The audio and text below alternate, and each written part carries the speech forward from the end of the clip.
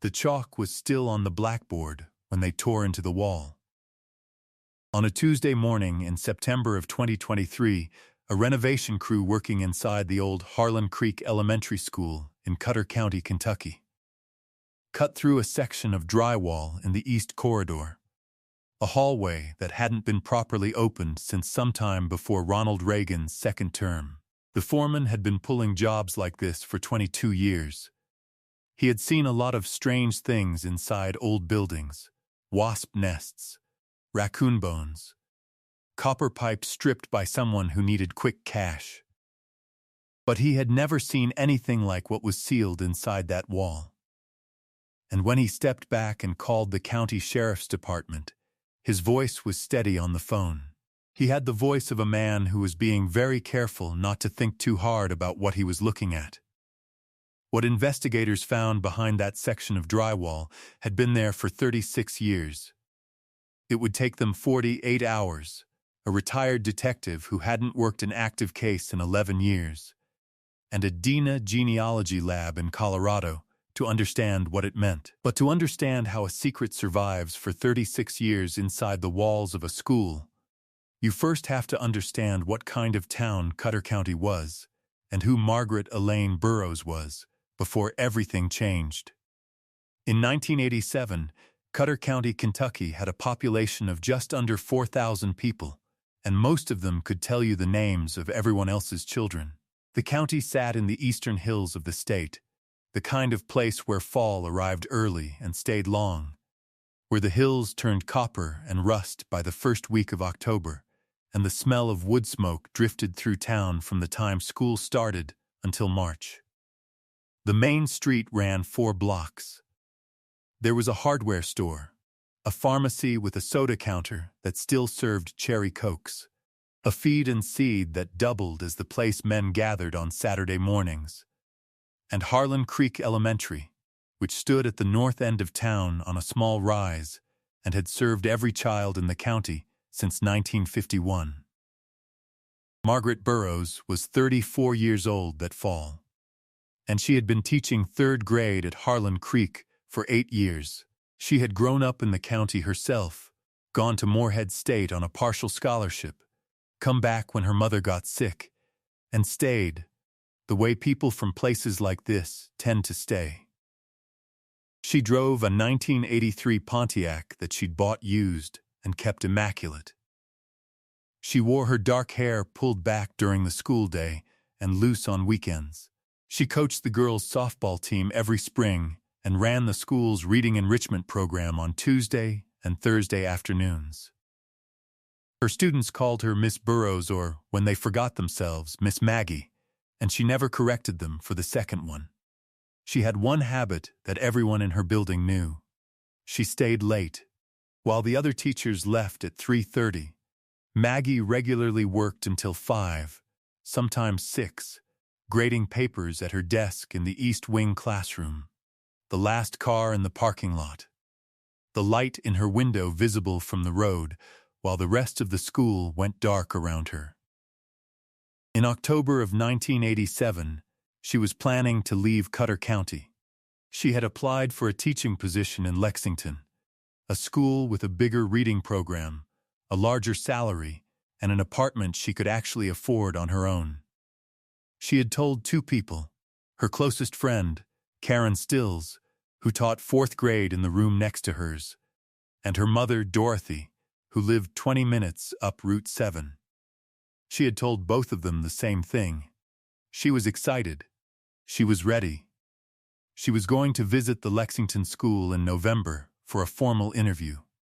She never made it to November. On the evening of Friday, October 9, 1987, Margaret Burroughs stayed late. The other staff confirmed it. Karen Stills had stopped by her classroom at 3:45 on her way out and found Maggie correcting spelling tests, a travel mug of coffee at her elbow, her radio playing low. Karen waved from the doorway. Maggie waved back. That was the last time anyone who knew her would see her. At 6:17 p.m., Dorothy Burroughs called the school. No answer. She tried her daughter's home number. No answer. This was unusual. Maggie had always been precise about calling her mother on Friday evenings, a habit that went back years. Dorothy waited another 40 minutes and called again. Still nothing. By 8 o'clock, Dorothy was driving into town. She found the school dark and locked. Maggie's Pontiac was gone from the parking lot. Dorothy drove to her daughter's house, a small rental on Decker Lane, 6 blocks from the school. The lights were off. The door was locked. The mail from that day was still in the box. She called the sheriff's department at 8:42 p.m. A deputy arrived within the hour. He walked the exterior of the house with Dorothy, noted there was no sign of forced entry, no sign of struggle. He asked the questions deputies asked in 1987 about adult women who appeared to have left their homes. Had she been having any personal difficulties, any relationship problems, any reason she might have gone somewhere without telling anyone? Dorothy answered each one carefully and clearly. No. Maggie had a job interview in Lexington in November. She had plans. She was not the kind of woman who went anywhere without telling her mother. The deputy filed a report. He told Dorothy to call back if she didn't hear from her daughter within a few days. 3 days passed. Maggie did not call. She did not appear at school on Monday. She did not answer her phone. The deputy returned, and this time he opened her house. Everything was inside: her purse, her winter coat, her lesson plan book, open to the following week, her extra set of car keys, hanging on the peg by the door. Her car was never found. The investigators had one lead, and then they had nothing. Deputy Gerald Holt caught the case on the Monday after Dorothy Burrows filed the report. He was 39 years old, had been with the Cutter County Sheriff's Department for 12 years, and had worked missing persons cases before. Teenage runaways, estranged spouses, one elderly man with dementia who was found in a neighboring county 3 days after he'd wandered from his daughter's home. He told his supervisor from the first week that this one felt different. He could not articulate why in a way that showed up in a case file. But Gerald Holt was the kind of man who listened to the thing that felt wrong, and the thing that felt wrong here was simple. A woman who had every reason to stay had disappeared, and her car was the only thing that had left with her. Records show that in the weeks following Maggie's disappearance, the Cutter County Sheriff's Department interviewed 11 people: students, parents, staff members, neighbors. They canvassed a 4-mile radius from the school. They contacted the Lexington school where Maggie had applied for a job and confirmed she had never followed up on her interview inquiry. They spoke with her bank. Her account had not been touched since the Friday she vanished. The department's first person of serious interest was a man named Clifton Meade, a parent of one of Maggie's students, who had been involved in a brief and contentious dispute with the school over his son's reading assessment the previous spring. Meade had written a letter of complaint that used language the principal described as threatening. Gerald Holt spent 2 weeks on Clifton Meade. He was thorough. He was methodical. He tracked Meade's movements on October 9th through multiple sources: a gas station receipt in Moorhead at 4:30 p.m., a bowling league sign and sheet at 7:00 p.m., 3 teammates who confirmed he had been present the entire evening. Meade was eliminated. Holt put a line through his name and started again. They noted that the school's east corridor had been recently modified. A section of the old coal storage area behind the East Wing classroom had been boarded over in a renovation project that had concluded in September, just 2 weeks before Maggie disappeared. A contractor had done the work. His name appeared in the records. Deputies spoke to him briefly. He had an alibi for October 9th. He'd been at a family gathering in Paintsville, and 2 people confirmed it. He was not pursued further. The school maintenance supervisor, a man named Roy Denton, told investigators he had been the last person in the building after Maggie that Friday evening, doing a routine lockup. He said he had checked the east wing at approximately 6 p.m. and found it empty. He had locked the exterior door, walked to his truck, and driven home. His tone was cooperative. His answers were brief. Holt noted in his records that Denton's account had no holes he could find. He was not added to the persons of interest list. That decision would define the next 36 years. While Gerald Holt was working the official investigation, Dorothy Burrows was conducting her own. She drove every road between the school and Maggie's house on Decker Lane. She spoke to every neighbor who would open a door. She called the state police. She called the Kentucky Department for Community-Based Services. She wrote to the local newspaper in a letter that ran in late October, asking anyone who had seen a 1983 silver Pontiac on the evening of October 9th to come forward. No one called. The institutional failure that haunted the case for decades was quietly recorded in a single line of a November 1987 supplemental report. Due to the absence of physical evidence at the scene and the verified departure of the victim's vehicle, the investigation team concluded that voluntary departure could not be ruled out at this time. That line meant no further resources would be formally committed. That line meant Maggie Burrows was filed under a category that implied she might have chosen to disappear. A woman with a job interview scheduled. A mother who called every Friday. A travel mug of coffee still warm on her desk. Investigators found no physical evidence, no witnesses, no motive they could name. By January of 1988, the case had been reclassified from a missing person investigation to an open inquiry. By the summer of 1988, the active investigation had effectively stalled. Margaret Burrows had been teaching 32 children how to read, and then she was gone, and Cutter County didn't know what to do with that. The years have a way of burying things. By 1992, 5 years had passed. Karen Stills had transferred to a school in Winchester.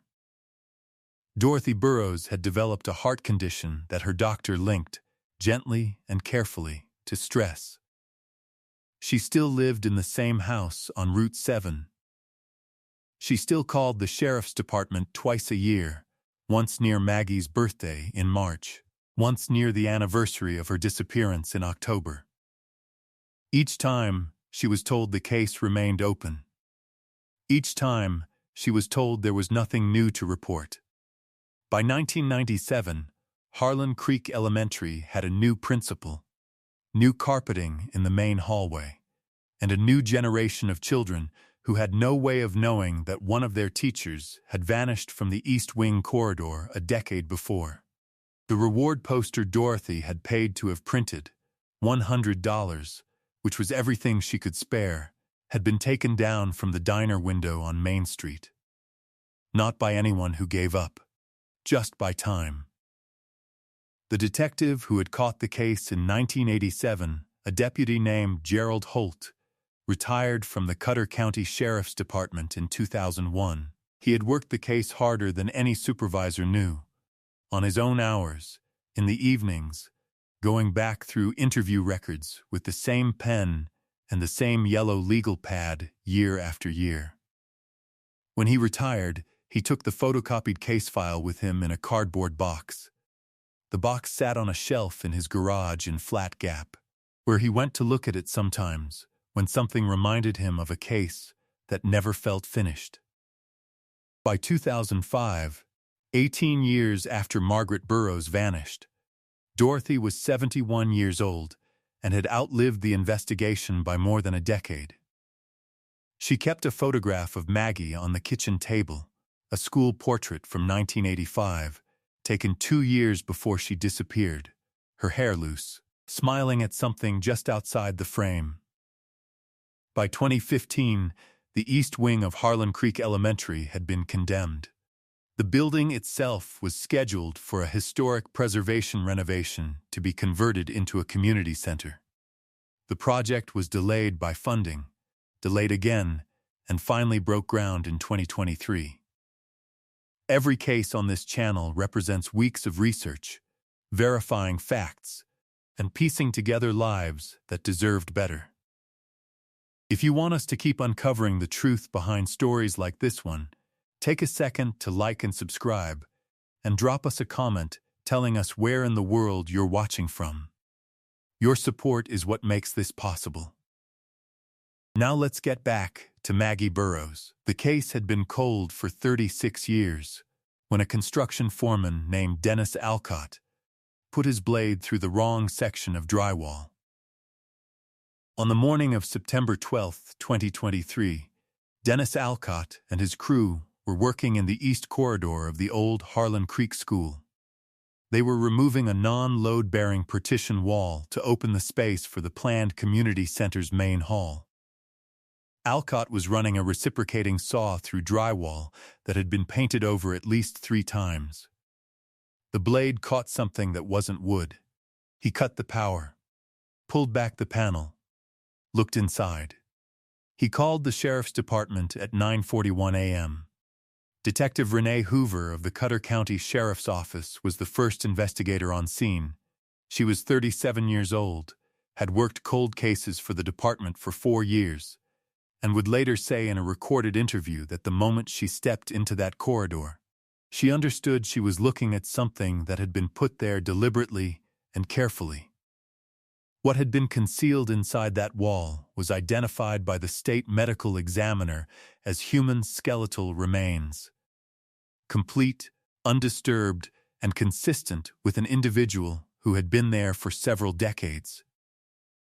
There was no identification near the remains, but there was one detail that Hoover noted immediately in her report: a small rectangle of fabric, badly degraded but still present, that showed traces of a pattern consistent with a garment from the mid to late 1980s.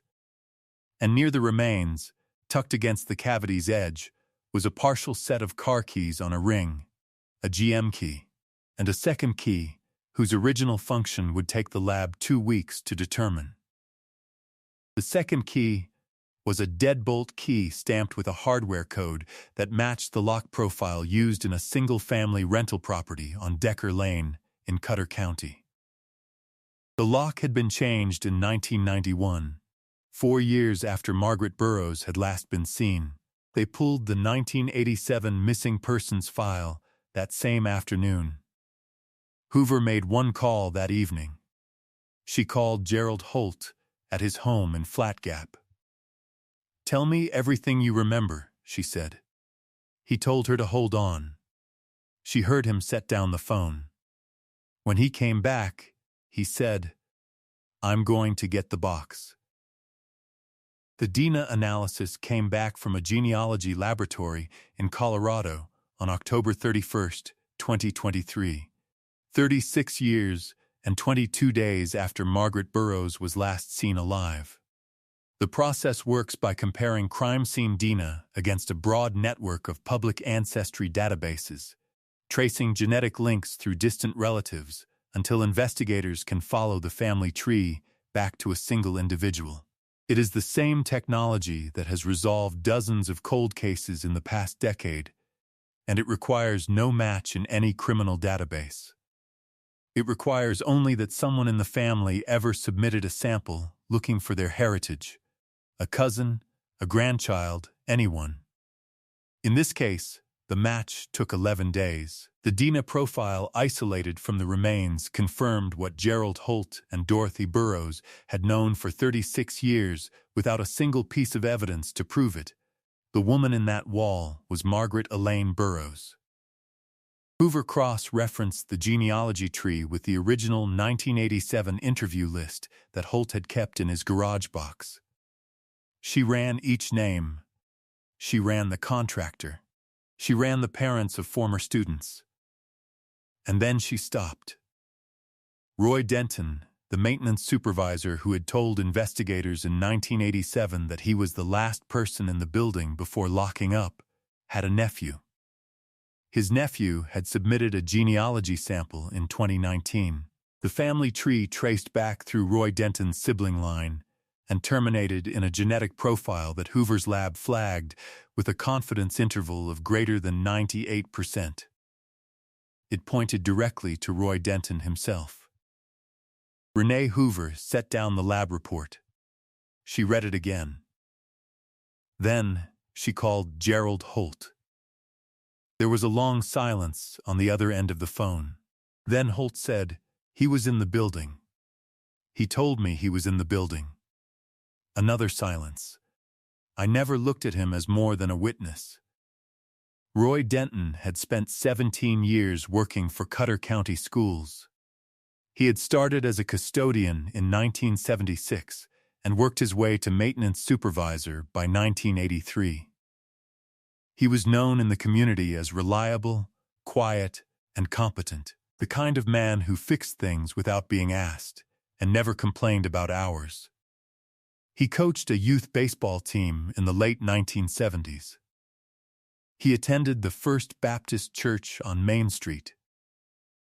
When Maggie Burrows disappeared, he had helped organize the initial search of the school building alongside law enforcement.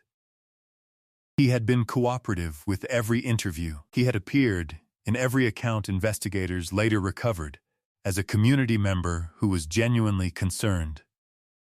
Evil hid in plain sight in Cutter County for 36 years. It held doors open. It nodded at the hardware store. It sat in a church pew. Detectives pulled Denton's original statement from 1987. They pulled his employment records. They pulled the renovation schedule for the East Wing, the project that had sealed the coal storage area behind the East Wing classroom in September of 1987. Roy Denton had been the maintenance supervisor who approved the renovation timeline. He had been the one who confirmed to the contractor which walls were to be enclosed. He had signed off on the drywall installation himself, 4 weeks before Maggie Burrows was last seen alive. He had built the space. He knew its dimensions.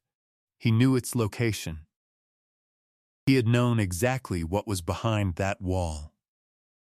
When detectives went back through the 1987 interview transcripts with this knowledge, one detail emerged that had been there all along, unread. Denton had told investigators he checked the East Wing at approximately 6 p.m. on the evening of October 9th. But a second interview note, taken from a student's parent who had dropped off a forgotten lunch bag at the school office that same Friday afternoon, placed Denton's truck in the east parking lot at 6:55 p.m. Nearly an hour after he claimed to have locked up and left. That discrepancy had been noted. It had not been followed. Roy Denton had died in 2009. He was 71 years old when his heart gave out, and he had spent the last 22 years of his life living in Flat Gap, 12 miles from Gerald Holt's home, 8 miles from Dorothy Burrows' house on Route 7. He had attended the same county fair. He had gassed up at the same Shell station on Route 7. He had, on at least 2 documented occasions in the 1990s, spoken briefly to Dorothy Burrows about her daughter's case and expressed sympathy. The investigation confirmed what court documents would later summarize in the formal closure filing. Denton had no documented motive investigators could establish with certainty. What they could establish was means, opportunity, knowledge of the renovation space, and a timeline that placed him in that building alone after Maggie Burrows' car had left the parking lot. A car that has never been recovered.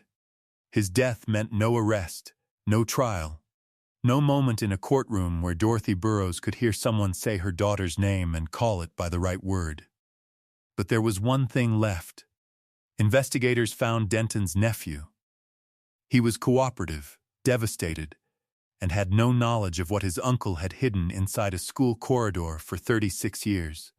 He sat across from Renee Hoover and said very little. At one point he said, "I don't know what kind of man does that." Hoover said later that she didn't have an answer for him. When the sheriff's department announced Denton's identity publicly in the formal case closure statement, the reaction in Cutter County was quiet, and then it was not. People who had known him for decades drove past his old house, past the church he had attended, past the school where he had worked for 17 years. They did not know what to do with the knowledge. Some of them had shaken his hand at funerals. Some of them had trusted him with keys.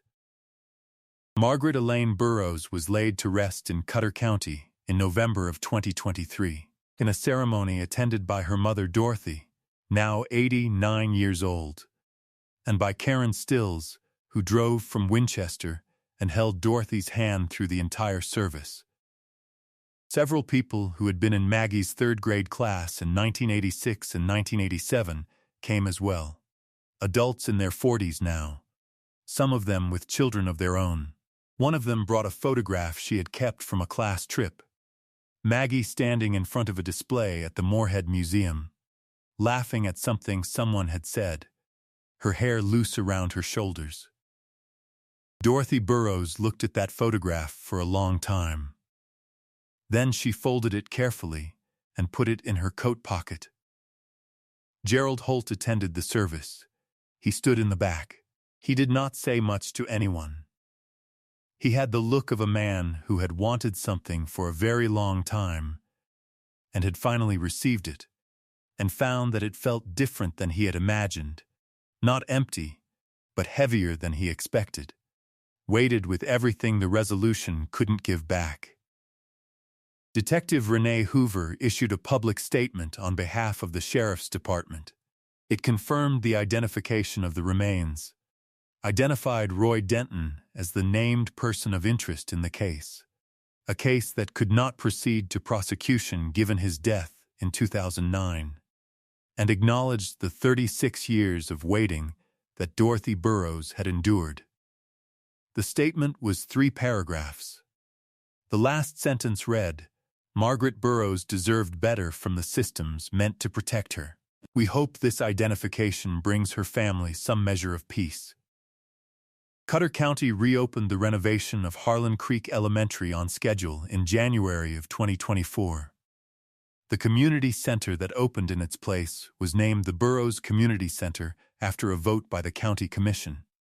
The sign went up on a cold March morning, the week of what would have been Maggie's 70th birthday. Dorothy drove into town to see it.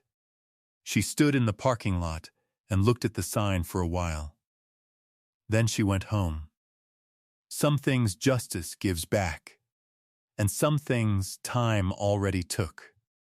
What does it mean when the only witness who could have spoken is gone, and the truth still found its way out, through a saw blade, through 30-year-old Dina, through a box of files a retired detective refused to throw away? What does it say about the lives of women who stay late, who work hard, who trust that the places they know will keep them safe? And what do we owe the families who spend decades asking questions in empty rooms, not because they expect an answer, but because the alternative is silence? Leave your thoughts in the comments. This conversation matters. Justice found Margaret Burroughs after 36 years. Stories like hers are why this channel exists. If you believe truth is worth pursuing no matter how long it takes, subscribe. There are more cases waiting in the description below. Thank you for being here.